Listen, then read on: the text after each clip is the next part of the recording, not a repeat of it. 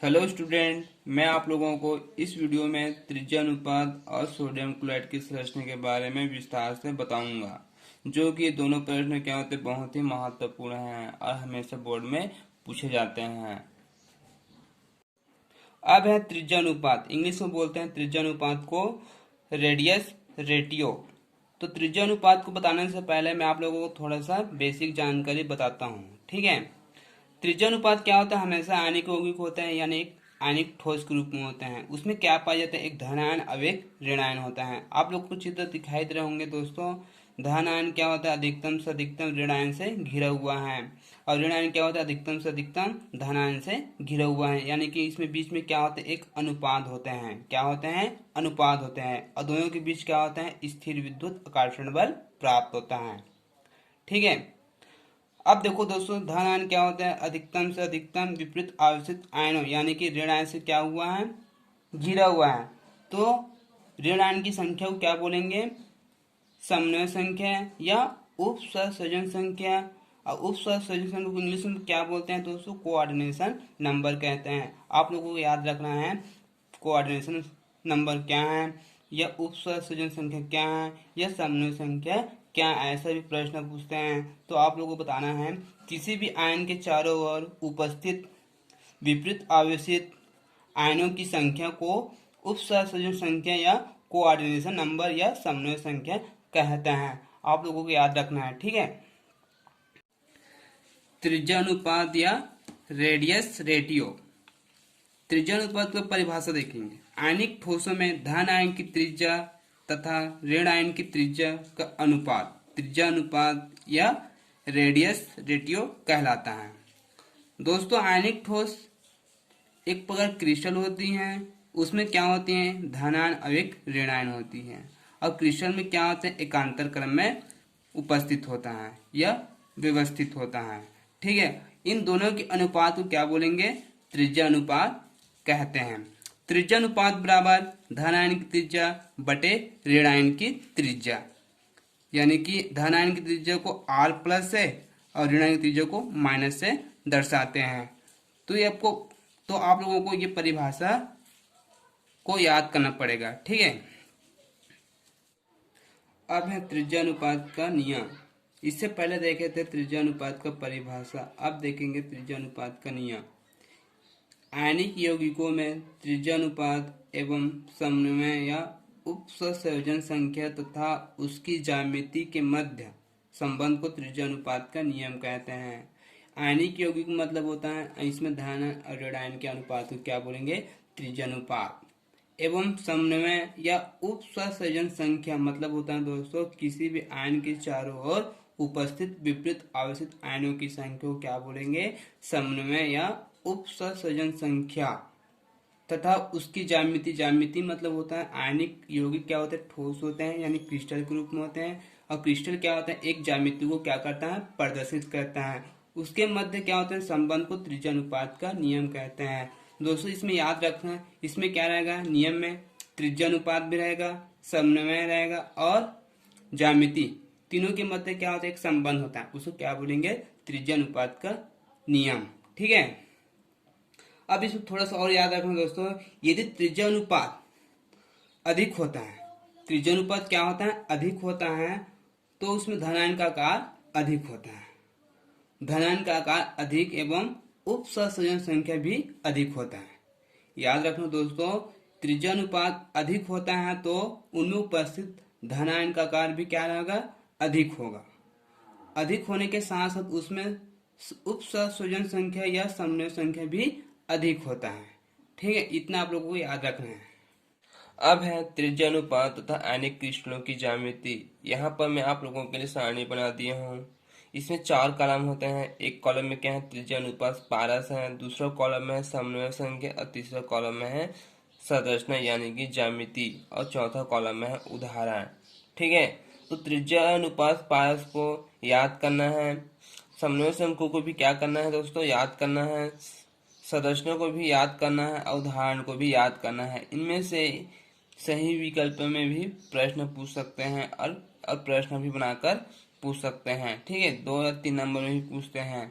तो मैं आप लोगों को ऐसे बता देता हूँ त्रिज्या अनुपात पारस में देखते हैं 0 से 0.155, यानी कि समन्वय संख्या क्या होगा दोस्तों, इसका 2।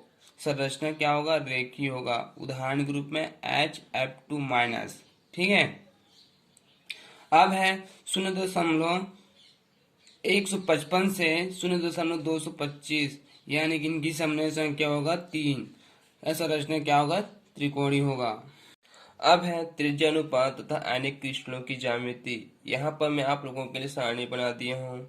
इसमें 4 कॉलम होते हैं। एक कॉलम में क्या है, त्रिज्या अनुपात पारस है, दूसरा कॉलम में है समन्वय संख्या और तीसरा कॉलम में है संरचना यानी कि ज्यामिति और चौथा कॉलम में है उदाहरण। ठीक है। तो त्रिज्या अनुपात पारस को याद करना है, समन्वय संख्या को भी क्या करना है दोस्तों, याद करना है, संरचना को भी याद करना है और उदाहरण को भी याद करना है। इनमें से सही विकल्प में भी प्रश्न पूछ सकते हैं और प्रश्न भी बनाकर पूछ सकते हैं। ठीक है, 2 या 3 नंबर में भी पूछते हैं। तो मैं आप लोगों को ऐसे बता देता हूँ। त्रिज्या अनुपात पारस में देखते हैं 0 से 0.155, यानी कि समन्वय संख्या क्या होगा दोस्तों, इसका 2। संरचना क्या होगा, रेखीय होगा। उदाहरण के रूप में HF2-। ठीक है। अब है 0.155 से 0.225, यानी कि इनकी समन्वय संख्या होगा 3। ऐसा संरचना क्या होगा, त्रिकोणीय होगा। इसका उदाहरण है बोरान ऑक्साइड यानी कि B2O3। ठीक है।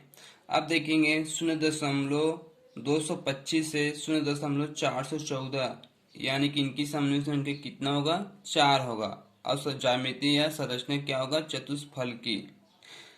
Zinc sulphide, mercury sulphide, copper chloride और SiO4 यानी कि सिलिकॉन टेट्राऑक्साइड। ठीक है, ये उसका उदाहरण है। ठीक है, चतुष्फलकी का क्या है, उदाहरण है।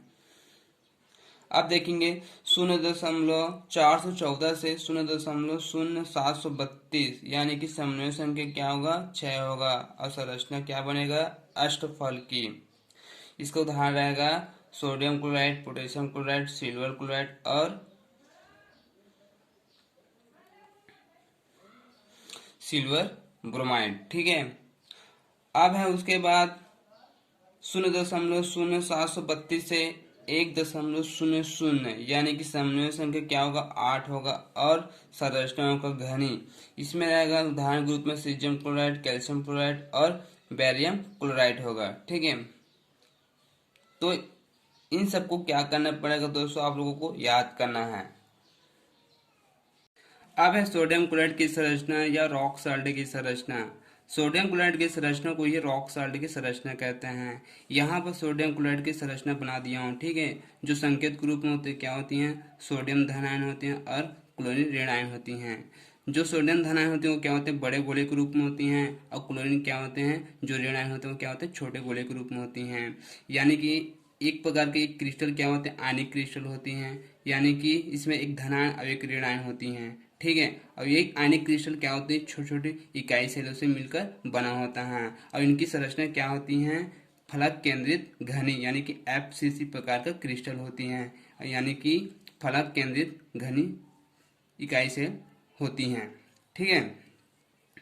अब इसमें देखेंगे अगला पॉइंट है क्लोरीन ऋण आयन बंद घनी संकुलन तथा सोडियम धन आयन अष्टक फल की रिक्तियों में उपस्थित होते हैं। जो पूरे क्रिस्टल में होते हैं दोस्तों, क्लोरीन ऋण आयन क्या होती हैं, बंद घनी संकुलन के रूप में होती हैं। जबकि सोडियम धन आयन क्या होती हैं, अष्टक फल की रिक्तियों में उपस्थित होती हैं। या उनके चारों ओर क्या होती हैं, क्लोरीन ऋण आयन घिरा रहता है। ठीक है।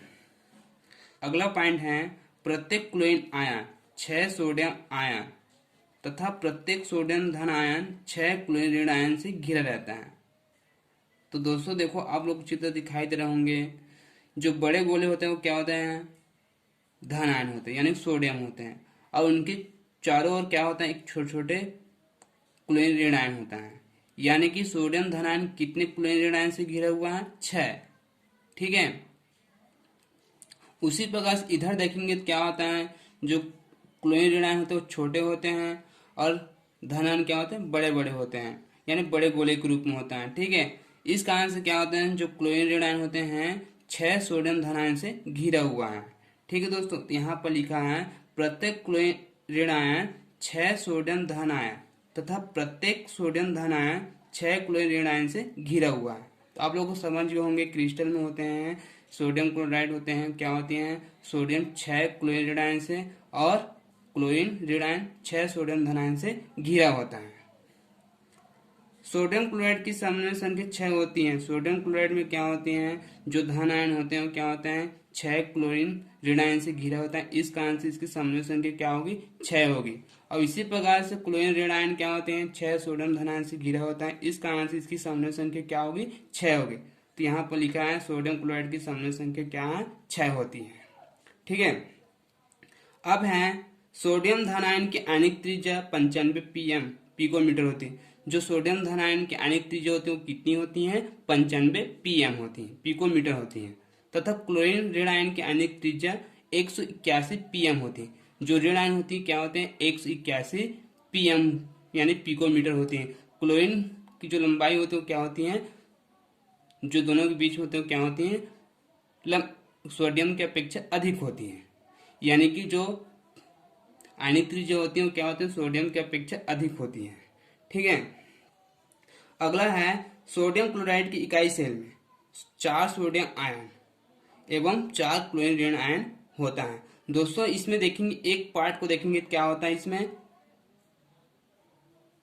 जो इकाई सेल होती है यानी प्रत्येक इकाई सेल में कितने परमाणु होती हैं, 4 होती हैं। ठीक है, यानी कि 4 सोडियम आयन होती हैं और 4 क्लोरीन ऋण आयन होती हैं। इस कारण से प्रत्येक यूनिट सेल में कितनी होगी, 4 परमाणु होता है। ठीक है, याद रखना आपको। अब देखेंगे सोडियम क्लोराइड के प्रति यूनिट सेल में परमाणु की संख्या की गणना के बारे में बताऊंगा। सोडियम क्लोराइड की संरचना क्या होती है, फलक केंद्रित घन इकाई सेल होती है यानी कि FCC होती है। यहाँ पर उसका छोटा सा इकाई सेल बना देता हूँ। ठीक है,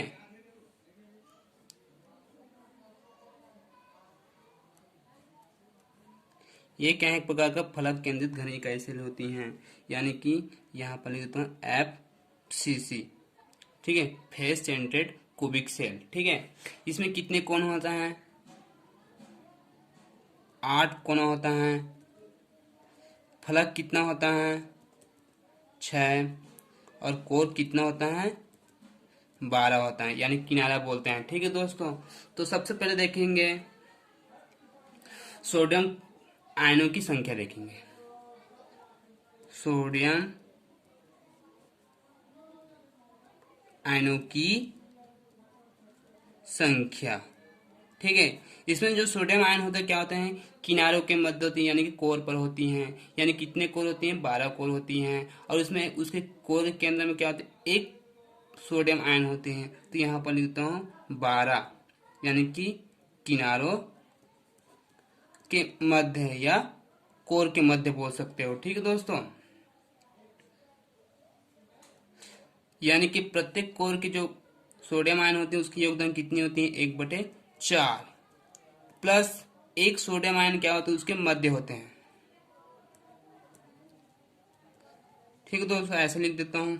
अब उसको हल करेंगे, क्या होगा, 12 गुणित 1/4 प्लस 1, 4 एकम 4, 4 तिया 12, यानी कि 3 प्लस 1 बराबर 4 परमाणु होती है। यानी कि सोडियम आयनों के प्रति यूनिट सेल में क्या होती हैं, 4 सोडियम आयन होते हैं। यानी कि सोडियम क्लोराइड के प्रति यूनिट सेल में 4 सोडियम आयन होती हैं। ठीक है, अब देखेंगे क्लोराइड अणु की संख्या, यानी कि सोडियम क्लोराइड के प्रति यूनिट सेल में क्लोराइड अणु की संख्या कितनी होती है। तो क्लोराइड आयन किसमें होती हैं, कोनों पर होती हैं, क्रिस्टल के कोनों पर होती हैं। यहाँ पर लिख देता हूँ 8 कोना होता है। तो प्रत्येक कोना में जो परमाणु होती है उसकी योगदान कितनी होती है, 1/8 होती हैं। प्लस क्लोराइड आयन जो होती हैं फलक पर भी पाई जाती हैं।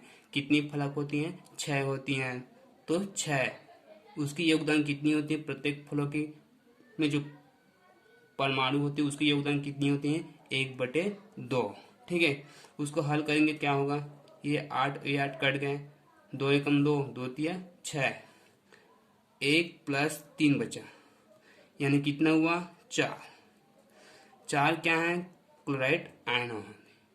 यानी कि सोडियम क्लोराइड के प्रति यूनिट सेल में परमाणु की संख्या कितनी है, 4 क्लोराइन क्लोराइड आयन होती है, यानी कि 4 क्लोराइड आयन होती हैं। इस प्रकार से सोडियम क्लोराइड के प्रति यूनिट सेल में परमाणु की संख्या का गणना कर सकते हैं। ये वीडियो इतना ही है। धन्यवाद।